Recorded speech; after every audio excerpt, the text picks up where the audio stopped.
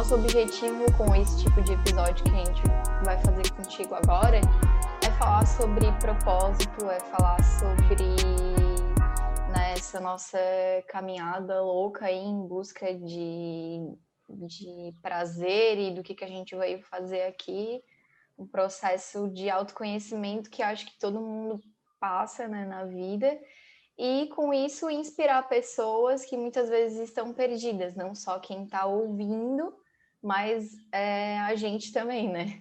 Legal. Eu até costumo dizer, né, toda vez que eu gravo um vídeo sobre um insight, alguma viagem que eu tenho assim, eu costumo dizer que eu falo não para ensinar, mas para aprender, né? Porque ao mesmo tempo que tu passa para outra pessoa, tu fixa aquele conhecimento dentro de ti mesmo e tu cria um movimento numa roda, né? Tipo, tudo que tu passa para frente, a terra é redonda, né? Em algum momento volta para ti e assim vai. Tu recebe, vai levando adiante e cresce cada vez mais, né? Então primeiro eu vou contar uma história. É uma história curtinha que eu acho muito legal, eu gosto muito, sobre propósito. Tinha um jovem, né? Filho de, sei lá, um cara, um trabalhador, né? E esse trabalhador, ele tinha uma certa inteligência, né? E daí ele falou assim, ó, meu filho, eu conheço o rei, eu já prestei serviços para o rei do nosso reinado aqui, né? Sei lá. E ele falou assim, ó, eu conheço ele e eu pedi para ele um favor em troca de um serviço que eu fiz para ele. Eu pedi que ele te aconselhasse. Então, tu pega as tuas coisas e vai lá no palácio do rei, que ele vai falar contigo. É um rei muito sábio, né, muito inteligente, então tu presta bem atenção no que ele vai te falar, porque tu vai aprender alguma coisa muito importante para tua vida. Aí o filho do cara falou assim, tudo bem. Aí ele foi até o rei, e no caminho ele pensando assim, o rei deve ser um cara bem velho já, né? Aquele sentado no trono assim, barbudo, lendo um livro, alguma coisa. E quando ele chega lá, ele fica tipo atônito porque o rei, tipo, super bem arrumado, maior festa, banquete, bebida para tudo quanto é lado, todo mundo rindo, música, e ele fica meio atônito com aquilo, né? Fica meio tipo, com o olho regalado. Aí quando eles anunciam ele para o rei vem falar assim para ele, meu jovem, no momento eu não posso falar contigo, porque como tu tá vendo, a gente está no meio de uma festa, eu tenho outros convidados aqui para dar atenção, então tu faz o seguinte, tu dá uma volta no meu palácio, tu conhece as belezas que eu reuni aqui nesse lugar, porque eu acredito que você não pode confiar num homem que você não conhece a casa dele, então conhece a minha casa e depois a gente conversa. Aí o jovem falou assim, tudo bem, rei, eu vou, sim, senhor, né? Sim, vossa excelência, meritíssimo, sei lá. Aí o rei falou assim, então tá certo, mas você leve com você essa colher. E dentro da colher ele botou algumas gotas de azeite. Aí o jovem pegou aquela colher e o rei falou assim, você pode passear por tudo, mas não deixe derramar o óleo que está dentro dessa colher. Aí o jovem já regalou o olho assim, né? Bateu a atenção, retesou todos os músculos do corpo e falou, tudo bem, rei, tudo bem.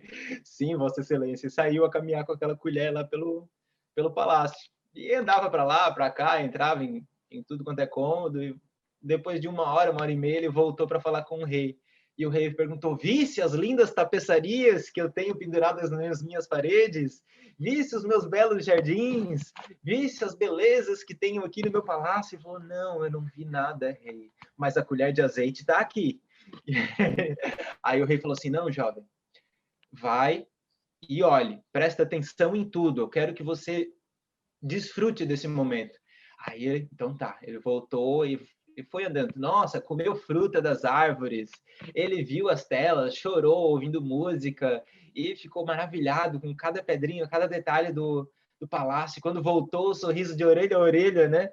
Daí ele falou assim, sim, rei, eu vi, é um lindo palácio, são realmente maravilhosas as coisas do teu palácio. E o rei falou assim, muito bom, jovem.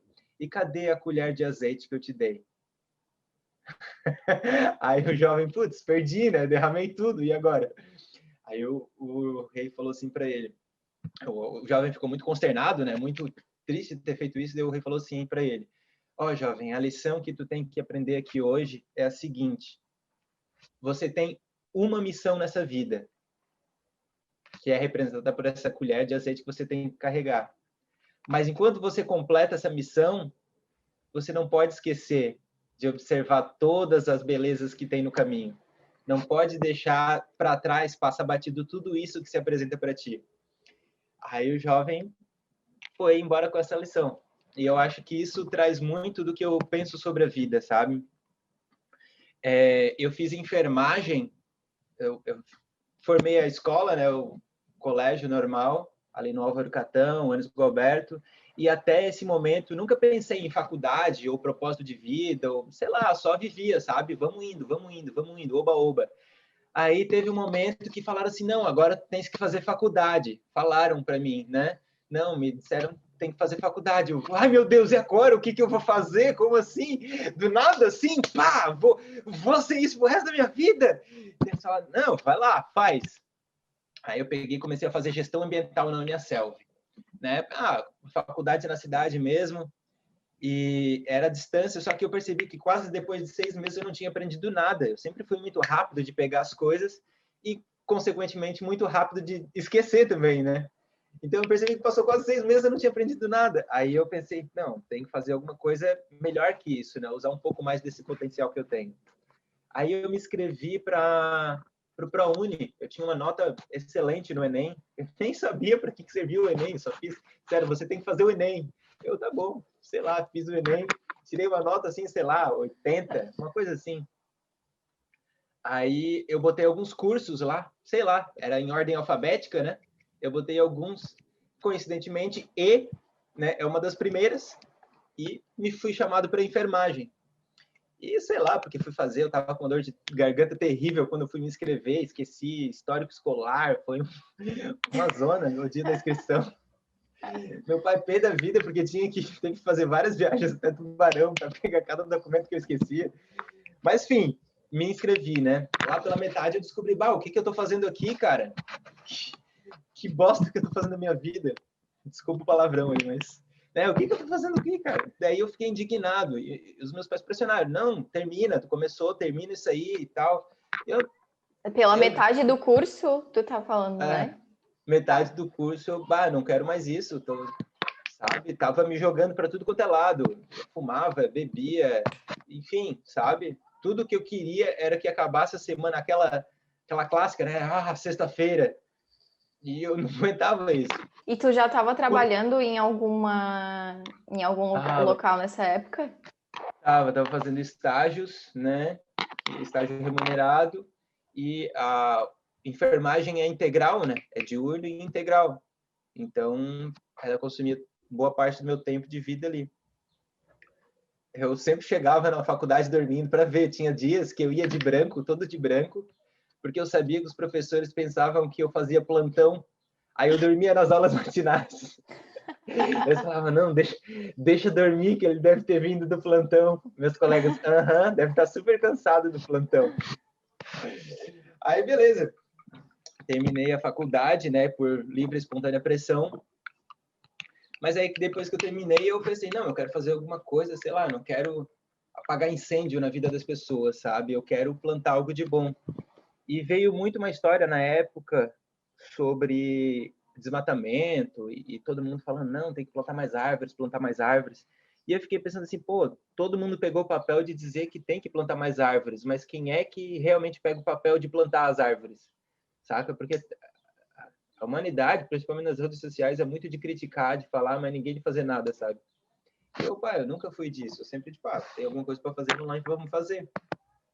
Aí eu resolvi que tinha que fazer esse plant, né? O projeto surgiu do nada, surgiu assim de noite. E eu, cara, eu não posso perder essa ideia. Eu não dormi essa noite para não perder essa ideia.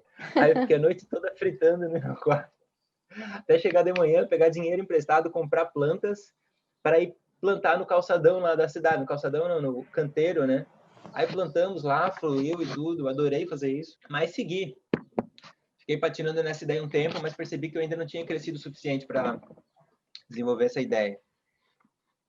E foi indo até um momento... Eu vou pular um pedação da história. Tá. Mas chegou a concluir a faculdade. Concluí a faculdade. Aí entreguei o diploma pro meu pai, plantei umas árvores e fui viajar. Fui para Ushuaia sozinho, né? Aí, indo em Ushuaia, teve um momento assim de plenitude total. sabe? Claro que o destino não é tão relevante quanto a própria caminhada, né? A própria caminhada é muito mais importante, mas o destino tem que valer a pena.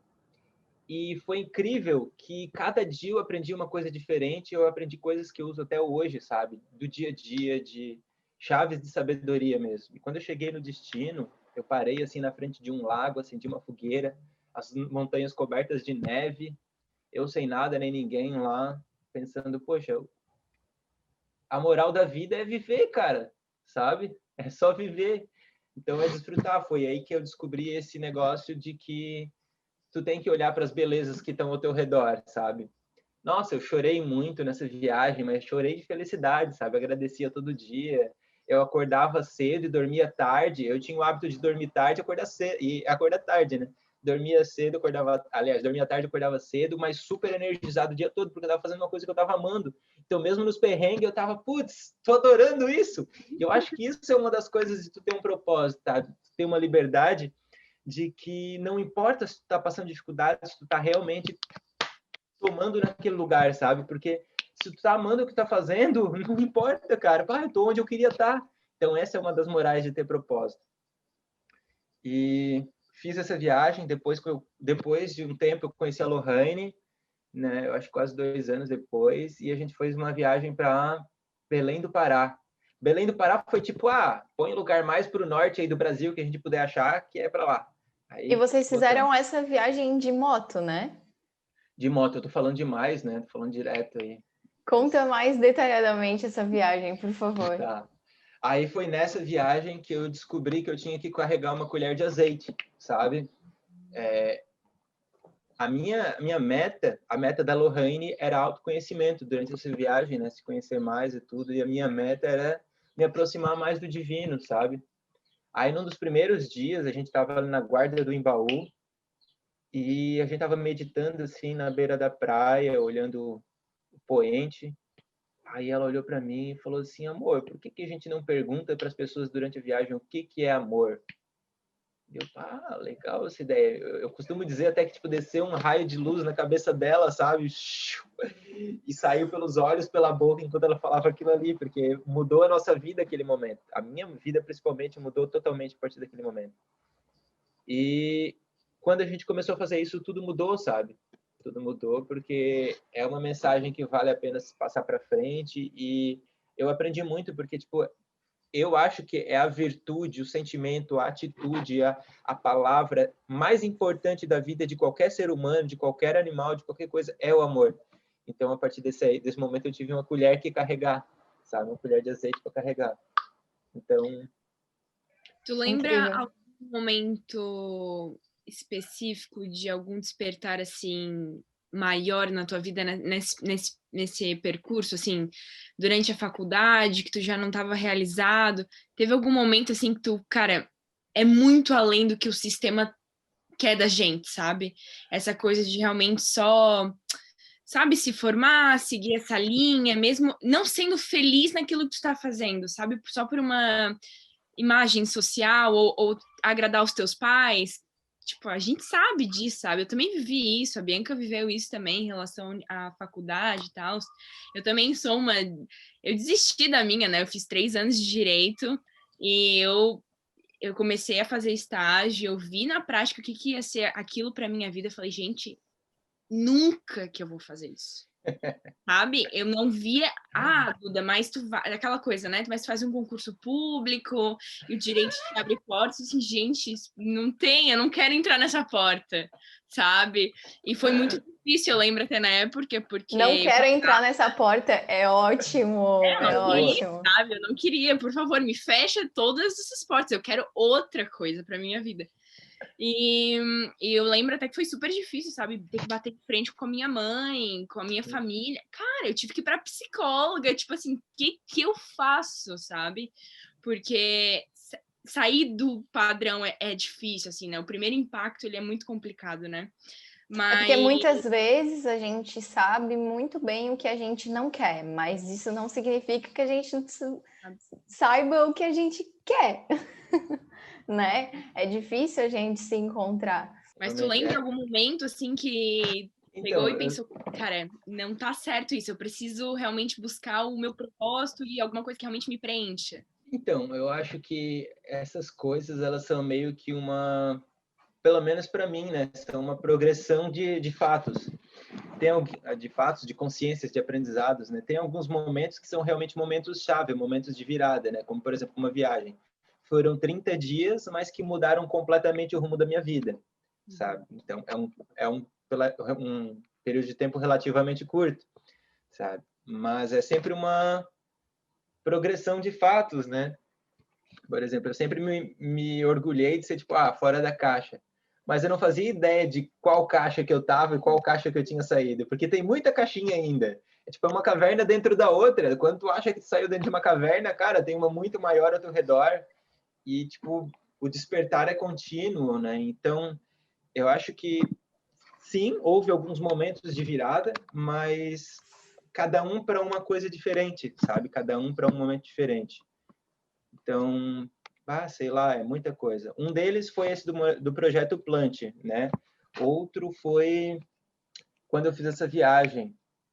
Teve um terceiro ainda, que foi quando eu estava trabalhando de vigia noturno, um negócio super aleatório, num lugar completamente isolado.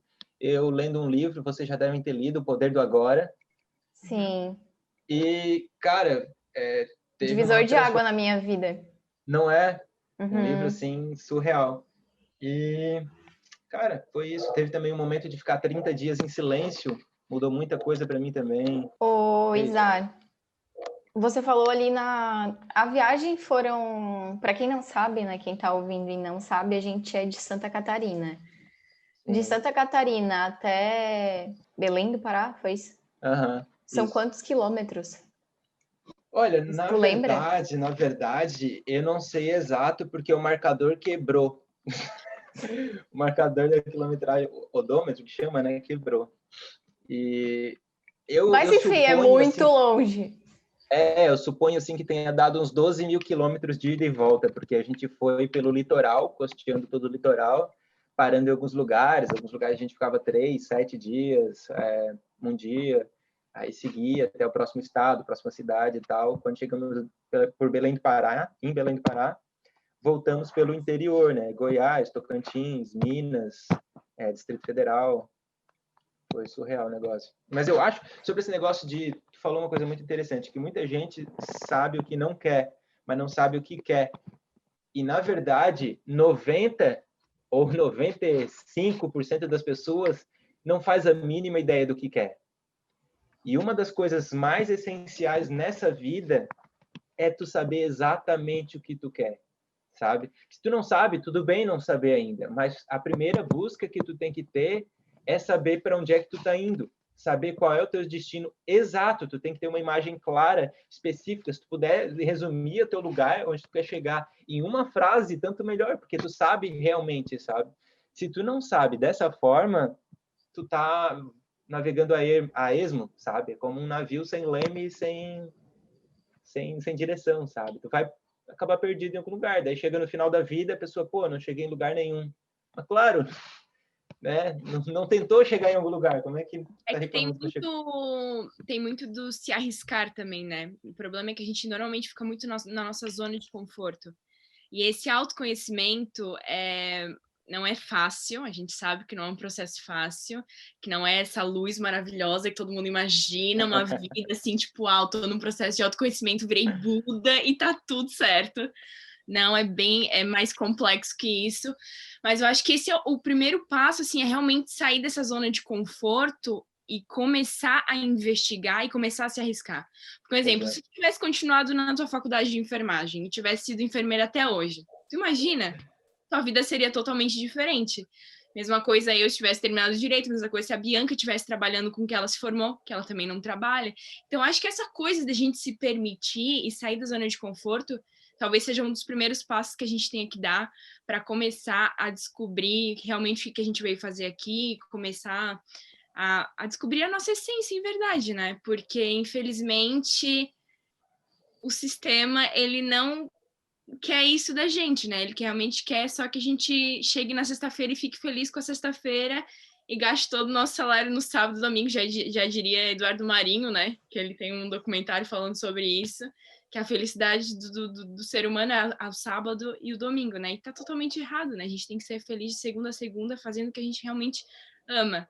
Não é fácil, não é nem um pouco fácil, mas eu acho que o primeiro a gente tem que dar pelo menos um passo, assim, né? Nem que seja um passo de cada vez, que seja lento, mas a gente tem que começar de alguma maneira, porque a vida passa muito rápido e a gente não pode ficar adiando, sabe? Deixando para amanhã, ficar pensando, ah, não, sabe? Não dá. Acho que a gente tem que se jogar mesmo, ter coragem e se arriscar. E, cara, olha isso, sabe? Querendo ou não, hoje em dia tu vive da arte, não é? Conta mais um pouquinho dessa fase aí pra gente, então. Como é que tá sendo agora a tua vida depois dessa loucura toda?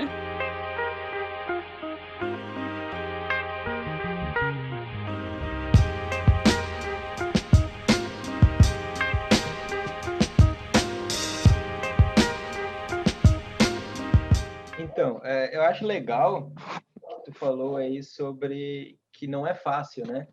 Realmente, o autoconhecimento é paulada, paulada, né? Mas eu acho que é mais difícil não fazer, sabe? É difícil fazer, mas é mais difícil não fazer. Porque quando tu não faz, tu sofre, sabe? Tu continua no sofrimento e tu não faz ideia do porquê tu tá sofrendo, não faz ideia do porquê tu é infeliz, do porquê tu tem esse desgosto de ir pro trabalho na segunda-feira, sabe? Tu não sabe. Então, quando tu te autoconhece, é mais fácil. É menos difícil, né? É menos difícil. Exatamente. E eu acho também que a vida, ela é muito mais sobre se auto-inventar do que sobre se auto-descobrir, sabe? Tu não precisa te descobrir, tu pode te criar, tu é o autor da tua vida, tu tá escrevendo. Então, eu acho que para ter um propósito, tu pode olhar para a tua história, sabe? Tu pode olhar para trás e pensar, o que faz sentido para mim, sabe? O que eu gosto, o que eu já fiz que faz sentido para mim. Tu pega essas pecinhas e quando tu vai ver, nossa, ó, tem o começo de um quebra-cabeça aqui, ó, eu posso botar mais uma peça aqui, ali e tal. Aí tu vai montando, tu vai te criando. Com certeza. Uma das coisas que eu acho mais legal é a inocência das crianças, né? Tipo, a gente, normalmente, a gente é corrompido depois que a gente vira adulto. E todos esses problemas, eles vêm por causa dos padrões que a sociedade impõe e a gente vai modificando a nossa mente para se encaixar nesse padrão, para ter dinheiro, para ter status, enfim. Mas quando a gente é lá bem criancinha, a primeira coisa que a gente fala que a gente quer ser quando crescer, normalmente tem mais a ver com a nossa essência. E eu admiro muito as pessoas que conseguem, sabe, fazer essa trajetória, assim, desde criança e se tornar realmente aquilo que elas desde criança gostariam de ser. E essa é uma pergunta que eu tinha anotado para fazer para ti. Quando tu era criancinha, assim, qual a primeira coisa que tu falou que queria ser quando crescer? Legal essa pergunta, até porque meus pais eram evangélicos na época da minha infância, minha mãe ainda segue bastante esse dogma cristão. Eu, inevitavelmente, absorvi muito do cristianismo, né? Trago muito da filosofia de Jesus, mas o sonho deles para minha vida era que eu fosse um médico, tá? Tanto que vocês podem ver depois que eu acabei me inscrevendo em enfermagem, né? E o pior martírio para mim era ouvir o seguinte: ah, enfermeiro é quase médico. Nossa, cara, me matava. Mas o sonho deles era que eu fosse um médico, pastor, porque eram evangélicos, e missionário na África. Pô, que lindo sonho, vai dizer. Já viu? Que lindo sonho, nutrindo as pessoas com saúde e esperança num dos continentes mais necessitados do mundo, né? Mas não era o meu sonho, né? Óbvio. E uma vez eu estava numa aula de artes, até hoje eu lembro do nome da professora, a professora Rosa. Ela dava uns desenhos, assim, umas práticas de desenho pra gente, a gente tinha que ficar desenhando.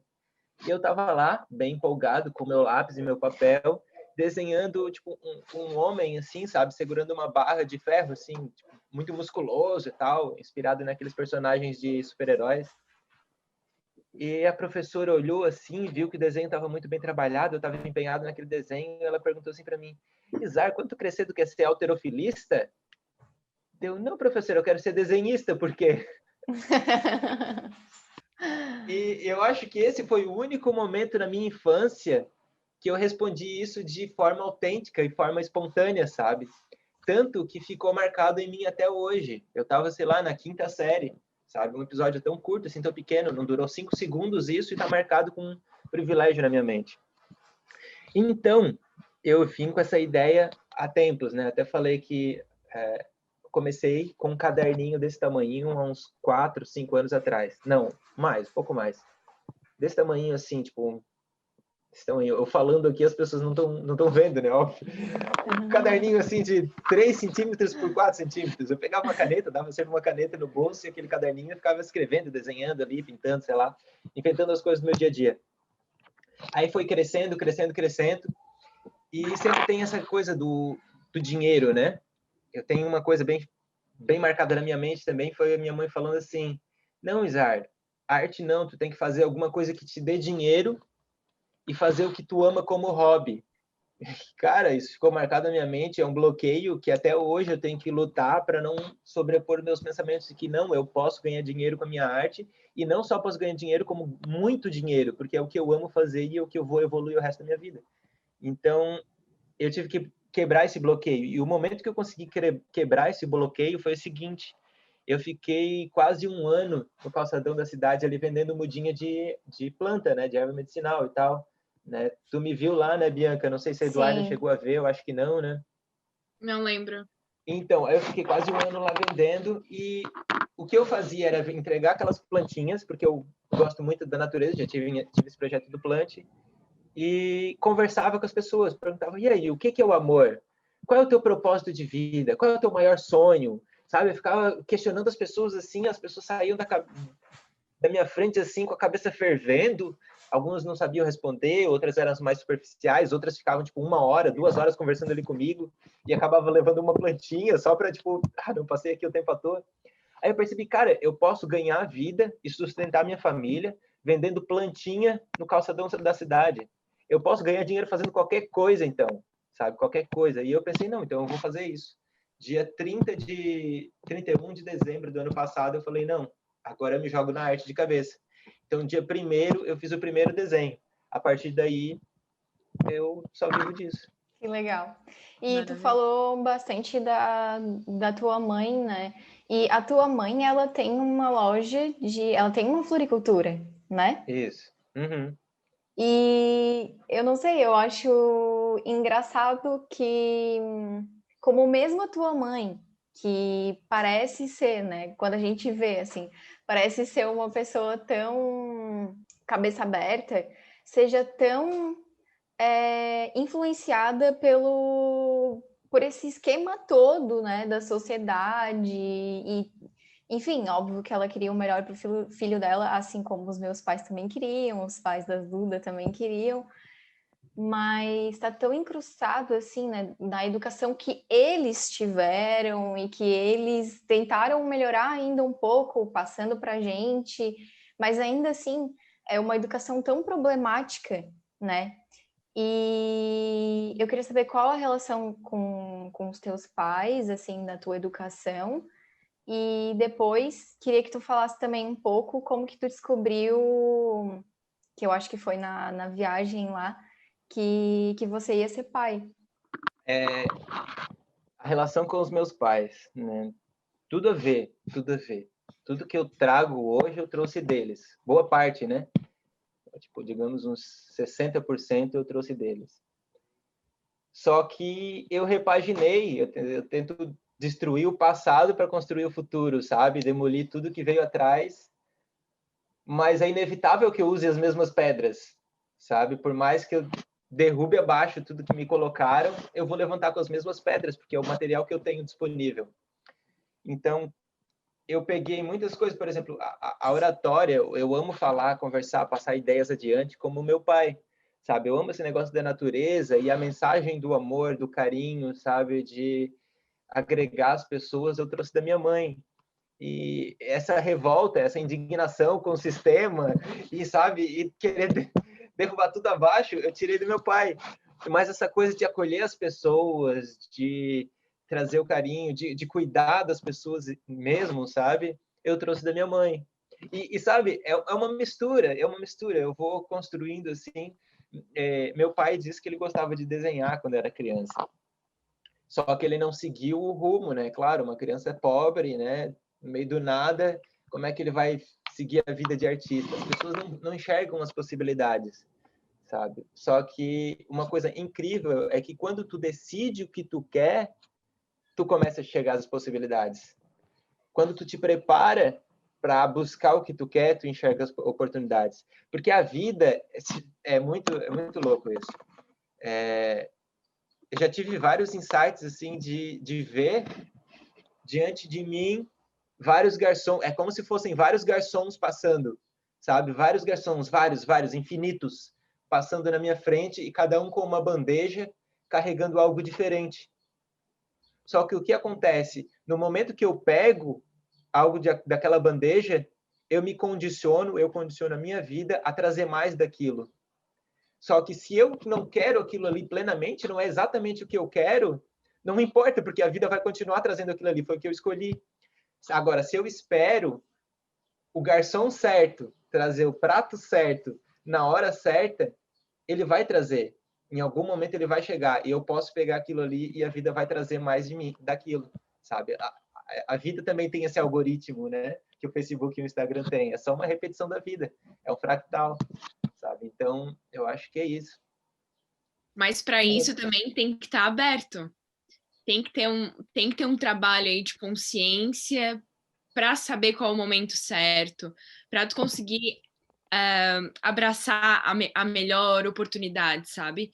Porque se tu não tá aberto, se tu não tá focado no agora, no presente, tanta coisa passa e a gente não se dá conta porque a gente tá pensando ou no futuro ou no passado, né? Isso é uma das grandes importâncias de a gente estar, né, no aqui e no agora, porque a gente consegue observar as oportunidades de outra maneira, sabe? Talvez o garçom ele esteja no aqui e no agora, e o garçom certo, e o garçom que não é o melhor, tá no futuro e no passado. E como a gente só vive no futuro e no passado, a gente tá ali, né?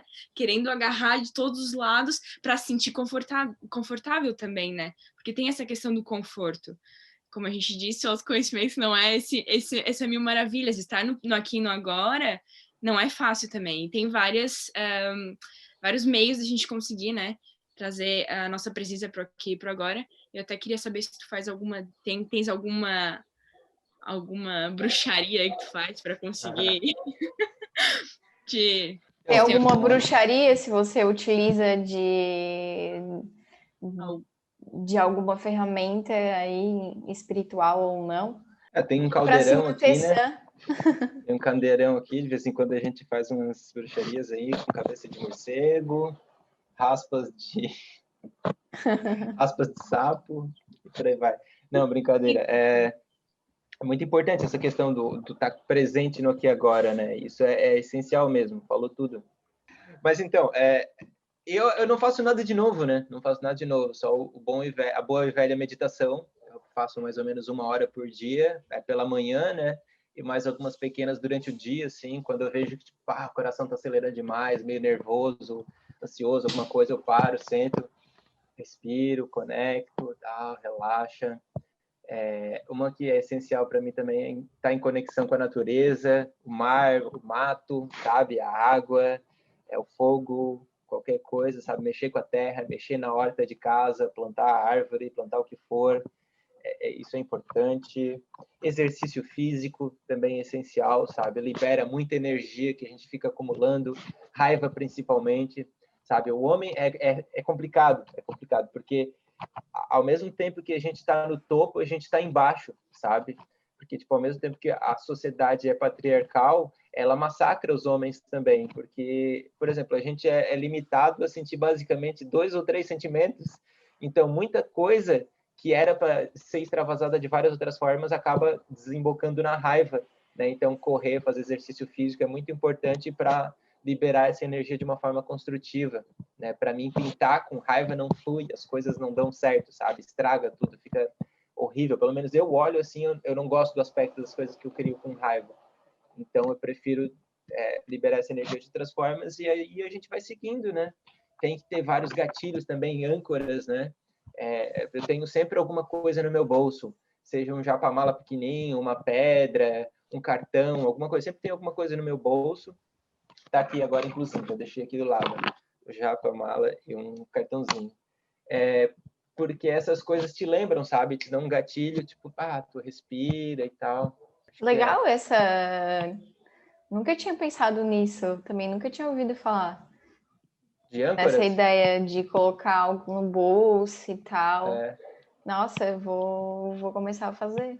Interessante, Sim. né? Às vezes um objeto que te traga alguma lembrança boa, né? Que te traga uma paz. Sim.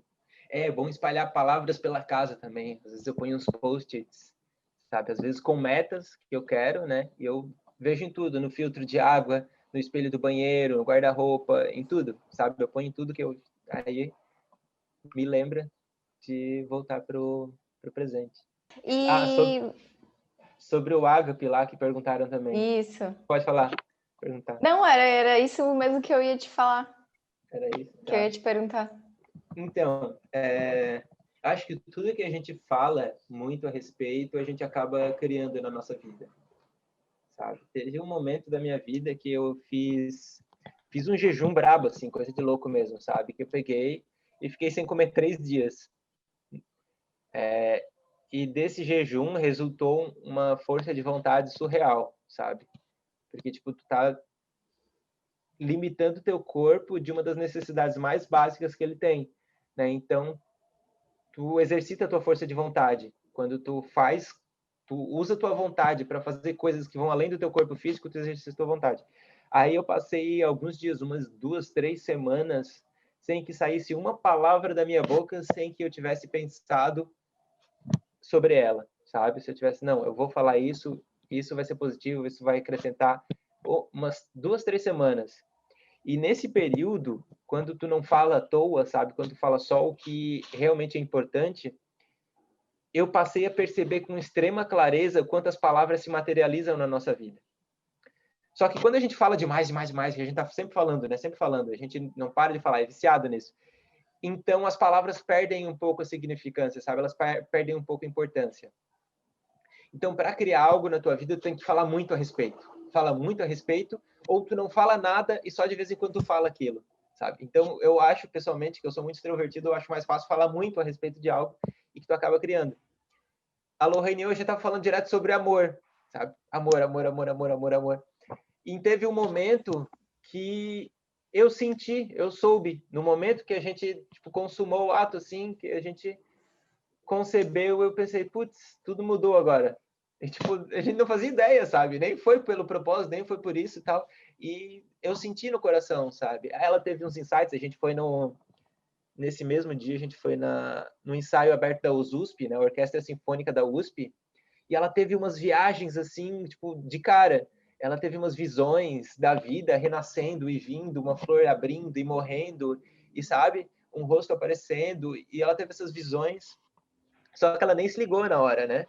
Aí depois, no aniversário dela, 7 de setembro, ela teve uma visão também de um ovo dentro dela, sabe? Um ovo brilhando, assim, e tipo, como ela tava fazendo aniversário, o pessoal, um novo eu renascendo, né? E eu pensei, um ovo dentro de ti, cara?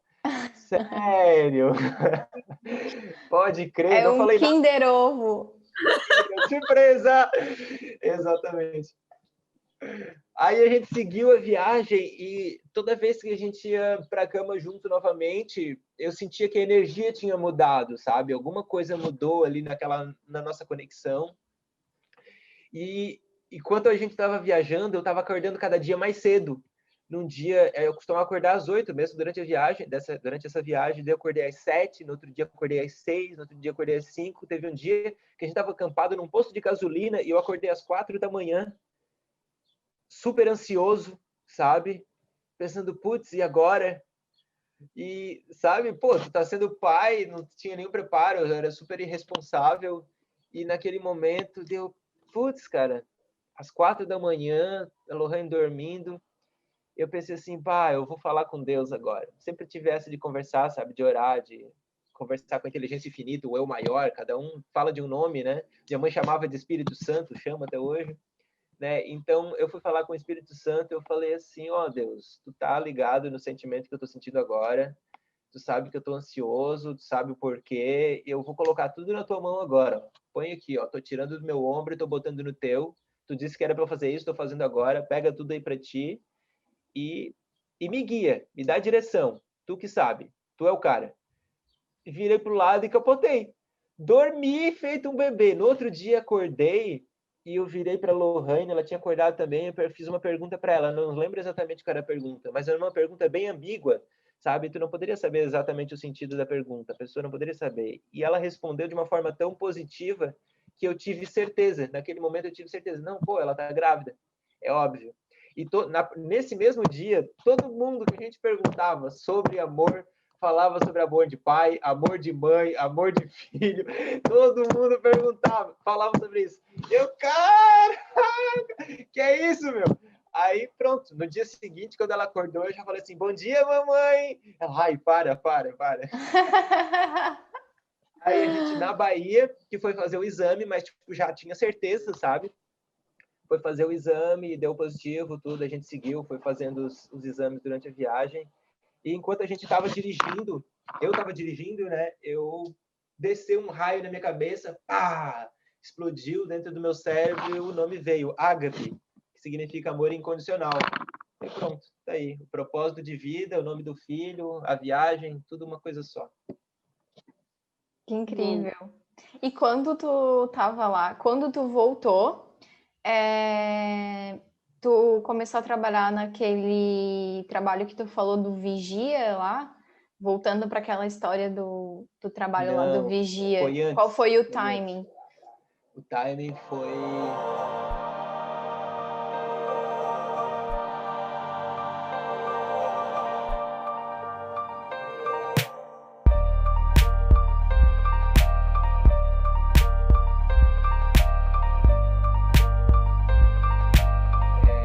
entre a viagem para Ushuaia, para Argentina, e a viagem para Belém do Pará.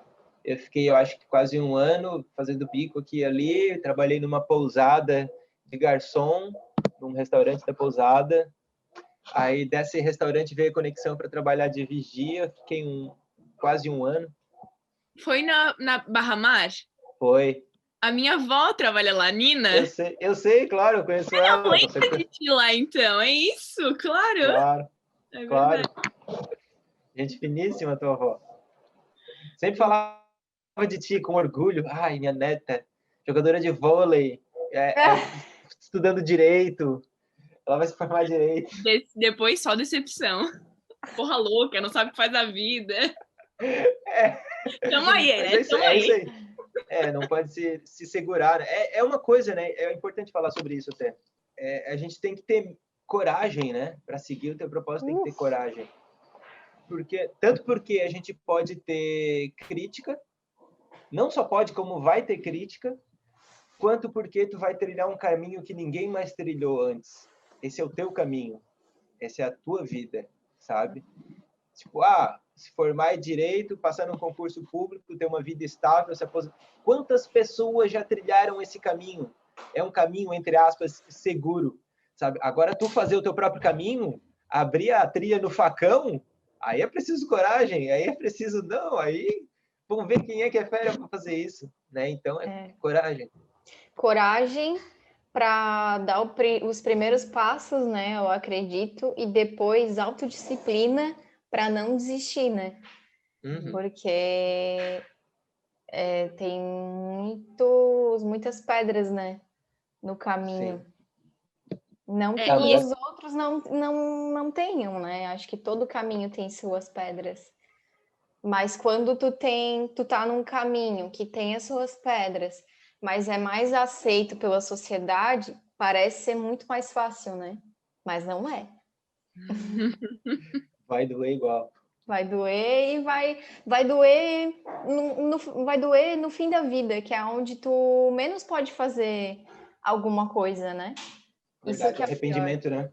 né? Até nesse livro que eu tinha comentado aí do propósito, o Sri Prembaba, ele diz, né, que infelizmente o ser humano, ele se condicionou a evoluir na dor e não mais no amor, como era há muito tempo atrás, né? As pessoas evoluíam no amor e hoje em dia a gente evolui na dor, né?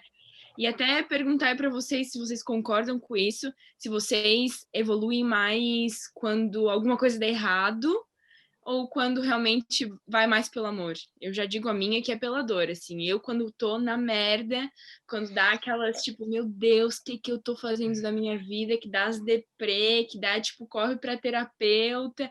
E que é aí que, depois que tu sai desse fundo do poço, tu volta com muito mais força do que antes, sabe? Tu aprendeu. Eu sinto que sempre que eu vou pra minha sombra, eu saio da minha sombra com alguma coisa evoluída, sabe? Eu realmente, assim, aprender com o amor tá ainda um pouco difícil. Eu tô aprendendo mais na dor. Eu espero que chegue o dia que eu vou aprender só no amor, né? Porque eu estou cansada das sombras. Porém, né? Como é que vocês lidam com isso? Como é que é, mais ou menos? Eu na dor, com certeza também. Sem dúvida nenhuma.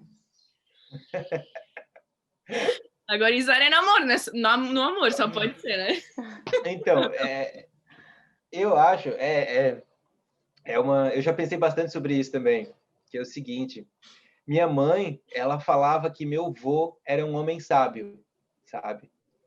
Então, eu sempre fiquei com essa imagem do sábio na cabeça. E, ao mesmo tempo, eu fui apaixonado, quando criança, pela história do rei Salomão, que quando ele era criança, veio Deus, perguntou para ele, Salomão, o que tu quer? E ele falou, Deus, eu quero sabedoria para guiar o teu povo. Aí Deus falou assim, Salomão, como tu pediu sabedoria ao invés de fama, dinheiro, poder, eu não só vou te dar sabedoria, como todo o resto. E assim foi, né? O Salomão, o homem mais sábio da história, ou um dos, né? E talvez o mais rico também. E eu aprendi isso, né? E observava que tinha essas chaves na dor, né? E também no amor. Só que o que acontece? Eu virei uma chave. Eu virei uma chave que é o seguinte: como é que. Tipo, tem vários ditados. Eu gosto de ditados porque eles são sabedorias de bolso, sabe? Tu sempre tem um ditado, uma sabedoria pronta num ditado. Fácil de gravar, fácil de falar. E tem um deles, que é o único que fala sobre a espécie humana, que diz o seguinte: errar é humano. É o único ditado que fala sobre o ser humano, fala que errar é humano, sabe? Então, a primeira coisa que a gente tem que aceitar é que a gente vai errar e não vai errar pouco. Vai errar todo dia a gente erra, sabe? Se a gente tem coragem e humildade para assumir, para aceitar, vai aceitar que vai errar todo dia, cara, todo dia. E cada erro causa uma dor. Todo erro causa uma dor, porque o erro é desobedecer uma lei. E a lei é que rege o universo. Então, eu virei essa chave de passar a sentir prazer é meio masoquista, parece, né? Mas, falando assim agora ficou meio esquisito, mas eu senti prazer nisso, sabe? Quando eu era adolescente, eu adorava passar por crise existencial. E olha que não eram poucas. Vocês devem ter passado por muitas também, né? Vocês Ainda passo? Cara, não é? Estou no momento. Então, eu passei a sentir prazer, porque era justamente como tu falou, Duda, que a gente volta maior das crises, sabe? A gente volta sempre com algum aprendizado, volta sempre com alguma coisa que a gente não sabia antes sobre nós mesmos, sobre o mundo, sobre as pessoas. Então eu passei a sentir prazer e pensar, poxa, oba! Lá vem sofrimento, vamos aprender, vamos pegar que vai vir coisa boa aí, sabe? E não só sofrimento individual, mas sofrimento em conjunto também. Por exemplo, no casamento, eu enxergo toda crise como uma oportunidade, sabe? Eu me recuso a largar uma crise, um atrito que se causa no relacionamento sem tirar algo positivo disso. Porque quando tu sai sem algo positivo, tu passou à toa, cara, sofreu à toa. Agora, quando eu, não, vamos levar isso a fundo. Eu não vou ceder e eu não quero que tu ceda. Vamos achar o meio termo, vamos achar um consenso nessa situação. Aí tu cresce, sabe? Todo mundo cresce. Até posso contar mais uma pequena história? Claro. Então, a gente estava chegando em Jericoacoara. Imagina, uma viagem de moto, uma mulher grávida, moto 125, coisa pequena, um sol de rachar, 40 graus, jaqueta de couro, capacete, tá? Calça jeans, bota, e o motor da moto vazando óleo, sabe? Com medo de quebrar. E, tipo, para Jericoacoara, quem já foi, sabe que não tem estrada para chegar em Jericoacoara. Tu vai pelo meio das dunas. É tipo um negócio, tu vai no meio da areia, assim, te vira, vai nessa direção toda a vida reta que tu chega lá, só que, tipo, é um monte de areia, curva para lá e para cá, e eu naquela moto, a moto apagava, eu acendia no pedal, e apagava, acendia no pedal. Aí teve um momento que passou uma picape, quando eu já tava quase tipo, morrendo, assim, sabe, pensando, meu Deus, a Lorraine grávida aqui atrás, e se essa moto quebrar, vou ter que empurrar essa moto no meio do caminho aqui, não sei até onde, a pé, e passa uma picape do nosso lado, sabe, uma 4x4, fala assim, assim vocês não vão conseguir, sobe um de vocês aqui na picape. Aí a gente olhou um pro outro, assim, começou a sorrir, né, ela subiu, foi na parte da bagagem, porque a cabine estava cheia, ela foi no meio de um monte de prancha e mochila, balançando para cima e para baixo, no meio daquelas dunas, e aí metade do meu sofrimento se foi, metade da minha preocupação se foi, né, mas eu ainda tinha que chegar lá. Aí teve um momento que foi uma suave brisa, assim, uma coisa muito, sabe, muito fugaz. Tocou no meu rosto e eu parei, olhei para o céu todo azul, olhei para a minha direita, assim, o mar, olhei para a esquerda, aquela areal, assim, infinito, e eu comecei a rir, gargalhado. Cara, olha a situação onde eu tô, que viagem, sabe? O que eu tô fazendo aqui? Que massa! E eu me dei conta, esse momento é um momento de crescimento. Eu tô fazendo história agora, é agora que eu tô fazendo história. Então, beleza, vamos lá. A partir daí começou a melhorar a situação, sabe? Eu comecei, não, vamos que vamos, vai dar certo, vai dar certo. Melhorei o humor, e como vocês sabem, quando a gente melhora o humor, tudo flui mais fácil, né? Tudo dá mais certo. Chegamos lá em Esse momento é um momento, desculpa te interromper, mas é claro. que esse momento é o momento em que tu entende que tu só não passaria por aquilo se tu estivesse em casa, né? Exato. E se tu estivesse em casa, tu não estaria vivendo, né? Uhum. É bizarro. Por isso que deixa a gente tão feliz. E o universo tem dessas, né? Quem segue o propósito, mesmo quem não percebe isso, que a vida tem curvas, né? Sobe e desce, sobe e desce. Então, no momento, eu tava ali, no meio das dunas, sofrendo, suando, sabe? Apanhando para conseguir seguir adiante.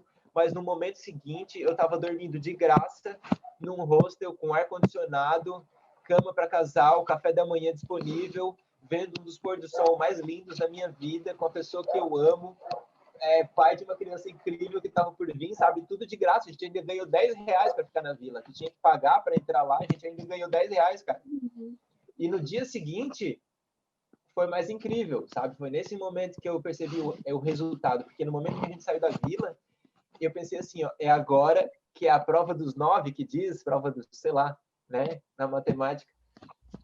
Agora é a prova dos 9. Eu esvaziei o pneu ao máximo, como se estivesse completamente vazio.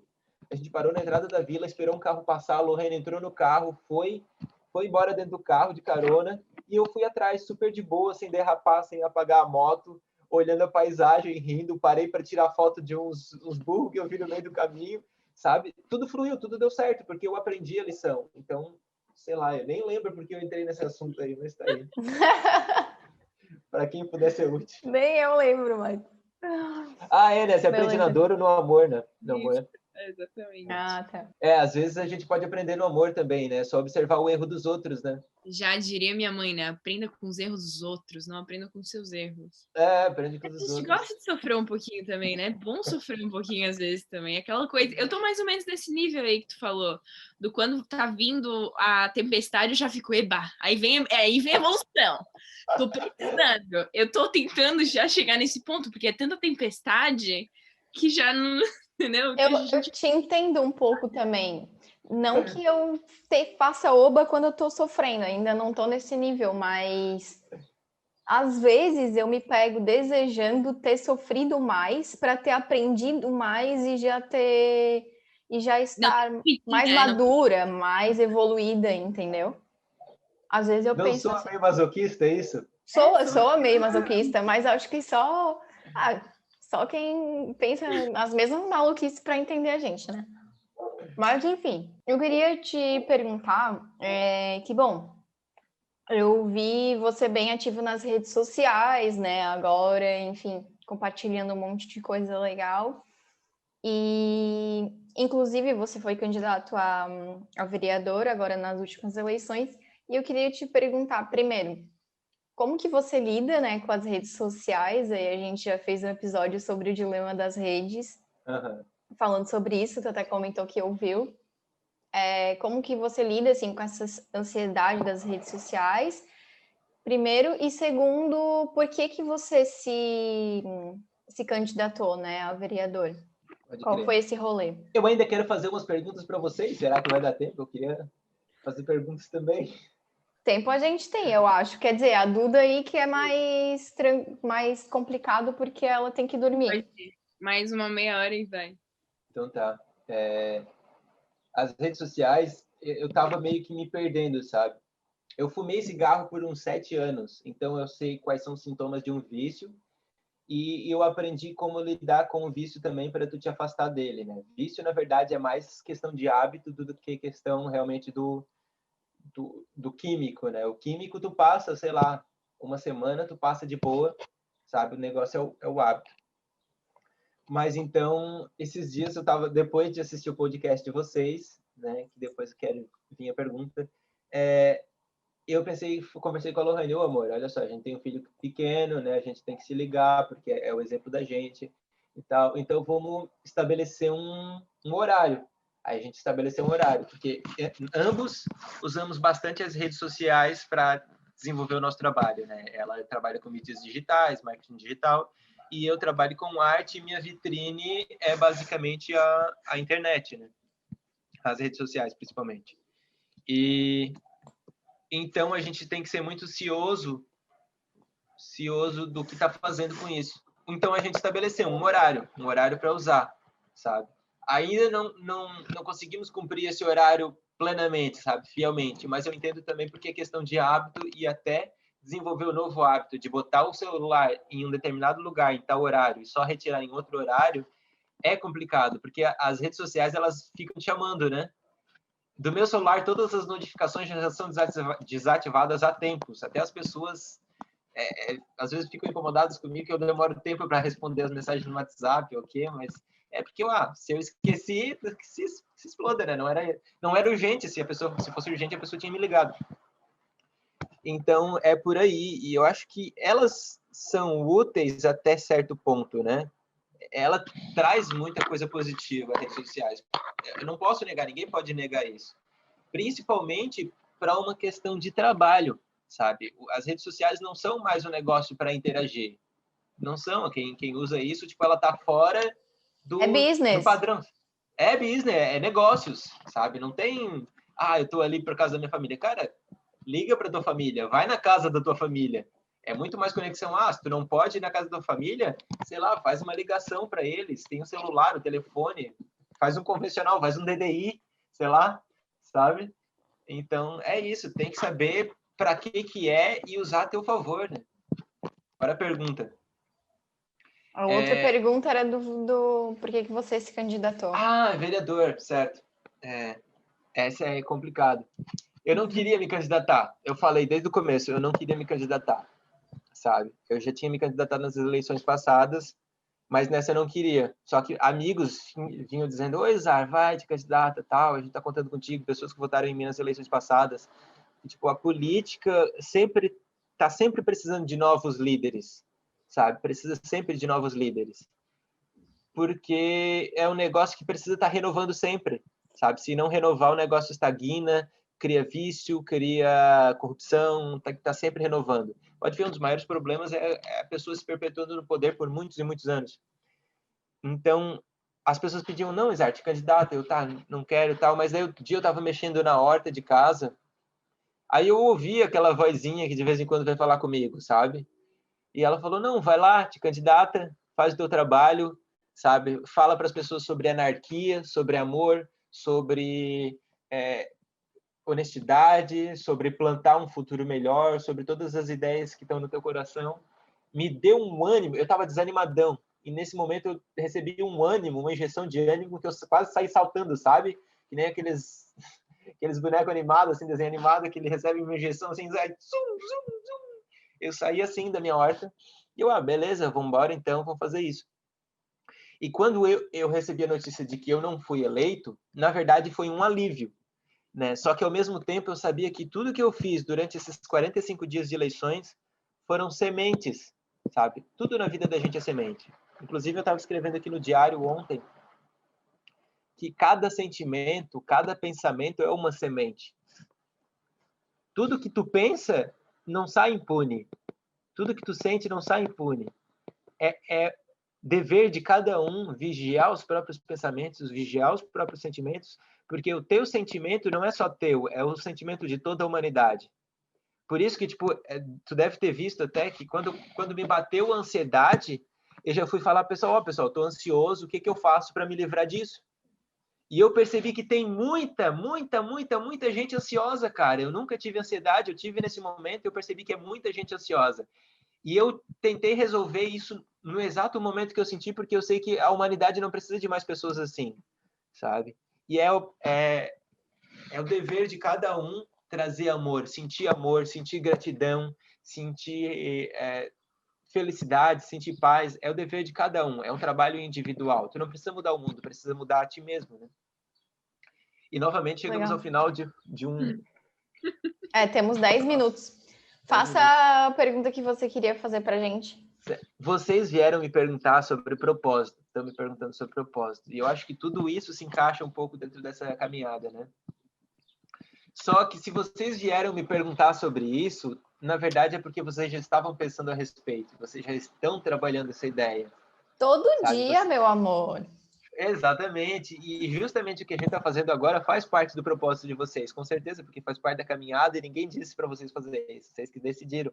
E agora, me contem, como é que está sendo essa jornada? Qual é o propósito? Qual é essa luta aí que vocês estão lidando diariamente? Só tiro, porrada e bomba. Sem Sem tempo, irmão. Bom, isso daria um podcast inteiro falando sobre isso. Não, peraí. Já começa a partir de agora. Já começa a gravar o próximo a partir de agora. Tu tem que dormir, né? Mas beleza. Resume. Não, complicado resumir. Não dá pra resumir. A gente pode gravar outra semana. Aquela minha louca. Parte 2? Parte 2. O que vocês já acham? Por mim pode ser. Legal. Pode ser? Então vamos fazer assim, porque assim, ó, eu adoro falar sobre essas coisas, só porque assim, se eu quiser contar minha história toda, galera, é muita treta.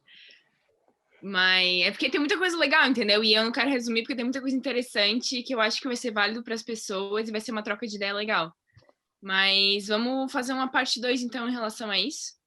Daí tu entrevista a gente. Vai ser legal. Vou trazer várias perguntas capciosas para vocês. Ai, meu Deus, não, por favor, avisa que eu tenho que ver onde é que vai estar a lua, qual signo vai estar, se eu vou estar preparada para isso. Não, tem, a vida é agora, Para terminar esse, então, o que é sucesso para ti, Izar? Sucesso é a realização progressiva de um ideal de valor. Uou! Bom, deu até um... Ferveu a cabeça aqui pensando nisso. Muito bom. O sucesso é a realização progressiva de um ideal de valor. No meu caso, o ideal é a sabedoria. Porque tu tem que saber qual é o ideal para tu ir no progresso, né? Mas perfeito, claro. Muito bom, muito perfeito. Muito bom. Gente, muito incrível. Bom. Muito uma terça-feira, tanto conhecimento, assim, tá me abastecendo para a semana. Maravilhoso. Pode crer. Que bom. Muito bom. Gostei muito também, foi muito bom. Muito obrigado aí para vocês duas por esse convite. Tá, aguardo aí pela parte 2. Para todo mundo que está ouvindo a gente aí, valeu, pessoal. Muito obrigado. Espero que encontrem o seu propósito, tá? Que encontrem, se não encontrar, cria. Começa do zero, dá teu jeito. Dá teus pulos. Você vai conseguir. Obrigada, Izar. Como é que a galera te encontra nas redes sociais para ver tua arte, para ver o teu trabalho, para trocar uma ideia contigo se tiver afim? Como é que te acham? Izar Duarte. Pode procurar qualquer coisa com esse nome, Izar Duarte. Facebook, Instagram, site, e-mail, qualquer coisa. Perfeito. Boa. Perfeito. Muito obrigado, gratidão por esse momento, por essa troca.